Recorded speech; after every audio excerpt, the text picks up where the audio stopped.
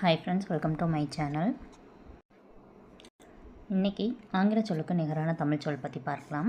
Basin குழியான நீர்த்தேக்கம். Babble மழலையாக பேசுகிறது. பேக் பைட் புறங்கூறு. பேக் சைட் பின்பக்கம். பேக்வேர்ட் பின்னோக்கி. பேல்ஸ் கட்டு. பேண்டிகோட் அப்படின்றது பெருச்சாளி. பேங்கிள் வளையல். பேனியன் ஆலமரம். பேனிஷ் நாடு கடத்து. பேங்கர் வட்டி கடைக்காரர். பார்கெயின் பண்ணுறது ஒப்பந்தம். ஸோ நெக்ஸ்ட்டு பார்லி அப்படின்றது வால்கோதுமை. பாரிஸ்டர் அப்படின்றது சட்ட நிபுணர். சட்ட நிபுணர் அப்படின்னு சொல்லுவோம். பைஸ் அப்படின்னா அத்திவாரம். பேட்ரி பீரங்கி படை. பீட் மணி. பீக் பறவை அழகு. பியர் தாங்கிச்சல். பீச் அடி. பியூட்டிஃபுல் அழகான. பீ தேனி. பீச் ஒரு வகை பெரிய மரம். பீச் கடற்கரை.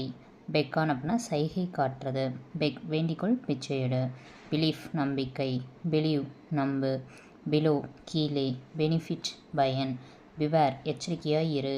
பிளாக் மார்க் களங்கம். பிளஸ் வாழ்த்து. பிரேவ் தைரியம் உள்ள. பிரிங்க் ஓரம். கஜோல் மருட்டி இசைவி. கஜோல்மெண்ட் மருட்டி வசைப்படுத்துதல். கஜோல்ரி பசப்புதல். கேம்ஃபர் கற்பூரம். கைட் அப்படின்றது சலசலப்பு.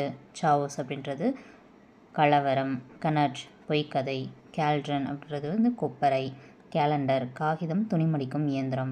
கேம்பிரிக் வெள்ளை துணி. கேண்டோ காண்டம் அல்லது படலம், அதாவது காண்டம் மற்றும் படலம்.